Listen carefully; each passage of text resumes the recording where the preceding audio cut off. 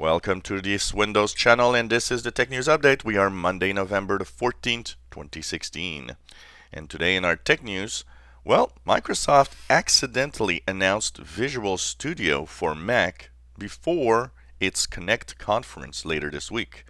So this was to be announced later this week, and for some reason, somebody leaked it on the Microsoft page.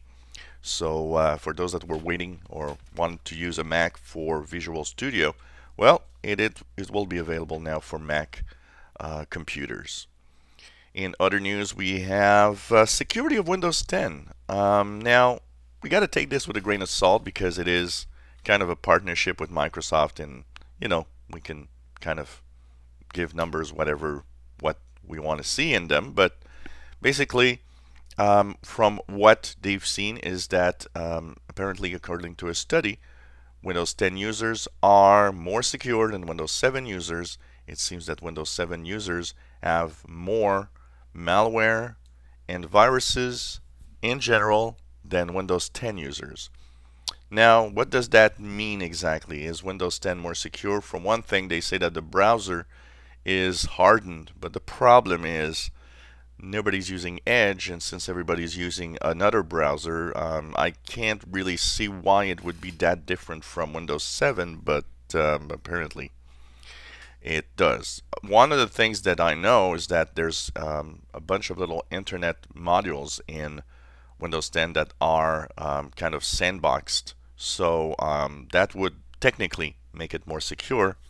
So I don't know where and how the tests have been done, but they claim that Windows 10 has less malware and viruses that people get than Windows 7.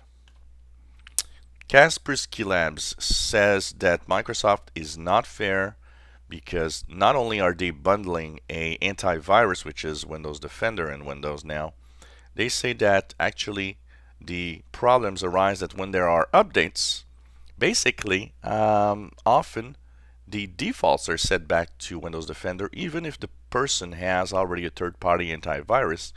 So they say that it kind of is an unfair competition because they try to remove third-party antiviruses. Microsoft claims, well, it's not that we want to remove them, but if your antivirus is incompatible when we upgrade the versions of Windows, well, we have to remove it from the PC because the PC will have problems. So where will this go? I do believe that that part of it is probably true. Will there be a antitrust case or something? We know that in the past Microsoft did have some really bad antitrust practices, but we'll see as time goes by. And will this actually go to court or something? No news yet, but it seems that Kaspersky's kind of mad. Well, we've learned that there are rumors of 3 new iPads for spring of 2017, and there would be major overhaul of the iPads. Some say the iPad Air might actually be removed from the line of iPads, and that they would maybe concentrate on basically more iPad Pro-like iPads. So that's going to be interesting to see. And what will it bring? Because iPad sales have been really going down a lot, as people notice that it's actually so different from a PC that it's kind of difficult to really do what they want. So what will the iPad look like in 2017 is anybody's guess. Well, a new list of supercomputers in the world shows that China is leading with the 2 top supercomputers, the Sunway Taiyu Lite and the Tianhe 2 are the 2 most powerful supercomputers in the world. And we got to remember one thing is that the countries that have the most powerful supercomputers are generally the country that takes lead not only in science and technology, but also in the economy. It often goes together hand in hand. Now, if we look at the total number of supercomputers around the world, China and the United States are tied at 171 supercomputers each. So that's interesting to see that they're tied, but China has a slight edge because it has the 2 most powerful supercomputers in the world. Facebook is trying to remove itself from kind of a little controversy. Mark Zuckerberg had to say over the weekend that no, Facebook fake news did not tilt the US elections or help change the US elections.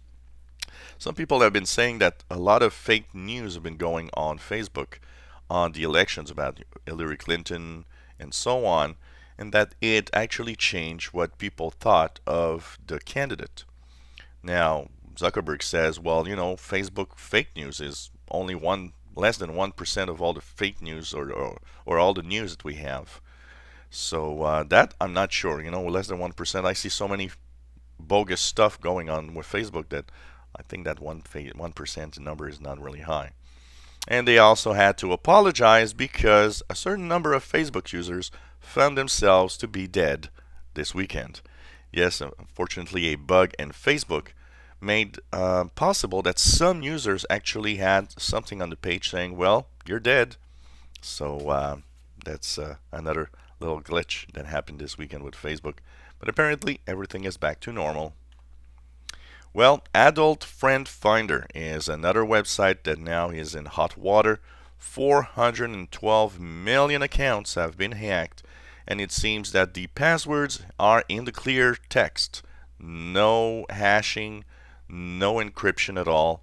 412 million accounts hacked. So this is the second time in 2 years that this website has been hacked. If you have an account on Adult Friend Finder, change your passwords. And remember that if you've used the same password somewhere else, you'll have to actually change them everywhere. And finally, there's China that says if Donald Trump goes ahead with the fact that he wants to put some tariffs or taxes on iPhones sold to China, that they will simply block iPhones from being sold there. So of course this is in an ongoing war where Donald Trump wants to change the equation of how basically it's happening in the commerce around the world, the different technologies and what is being sold or made in the USA, and basically wants to change everything to give it the U.S. a advantage over everything that's happening in the business-wise side. But China says just add tariffs and we're blocking iPhones. We'll see where that goes eventually. So this was the Tech News Update for Monday, November 14th, 2016. If you enjoy our videos, please subscribe to my channel. You'll be informed when new videos are online. Give us thumbs up. Hope you enjoy our news bulletins that we have every day of the week. And starting next week, news bulletin will also be on the weekends, as I'll have a special weekend edition tech news starting next Saturday.